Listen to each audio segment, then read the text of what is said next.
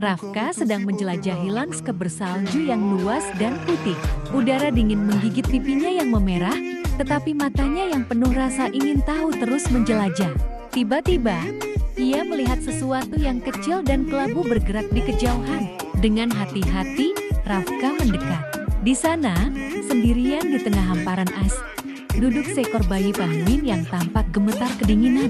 Bulunya yang halus dan abu-abu berdiri, dan matanya yang besar menatap Rafka dengan tatapan yang seolah meminta tolong. Rafka, seorang anak laki-laki berusia 6 tahun dengan rambut hitam acak-acakan, merasakan hatinya terenyuh.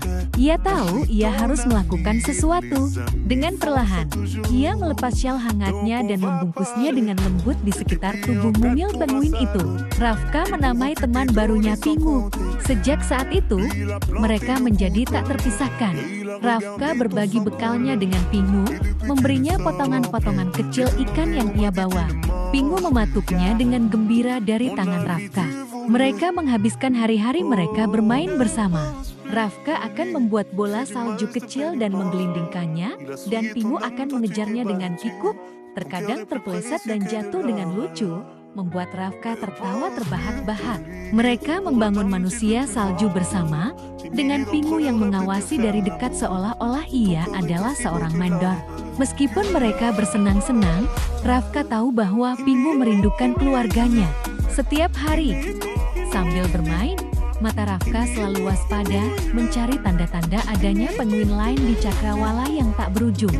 Suatu sore, ketika matahari mulai turun dan mewarnai langit dengan nuansa oranye dan ungu, Rafka dan Pingu sedang berada di atas sebuah bukit es kecil.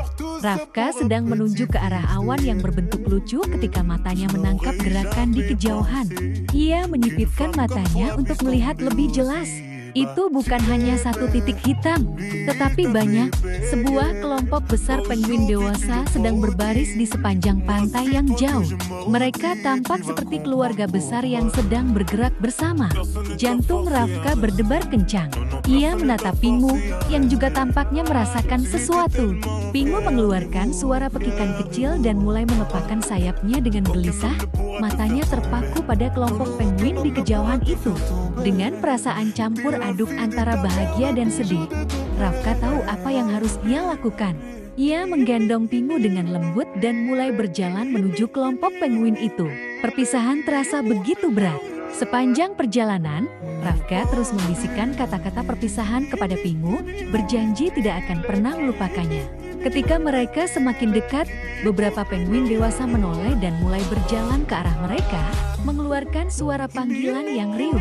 Seekor penguin betina besar berlari mendahului yang lain, dan Pingu langsung merespons dengan petikan yang lebih keras. Rafka menurunkan Pingu ke atas salju. Pingu berlari terpincang-pincang menuju penguin betina itu, yang ternyata adalah ibunya. Mereka saling menyapa dengan penuh kasih. Rafka tersenyum di antara air mata yang mulai mengalir. Ia melambaikan tangan saat Pingu menoleh ke belakang untuk terakhir kalinya, seolah mengucapkan terima kasih dan selamat tinggal. Rafka berbalik dan berjalan pulang. Hatinya terasa hangat karena telah membantu temannya kembali ke rumah, membawa kenangan persahabatan mereka yang tak terlupakan.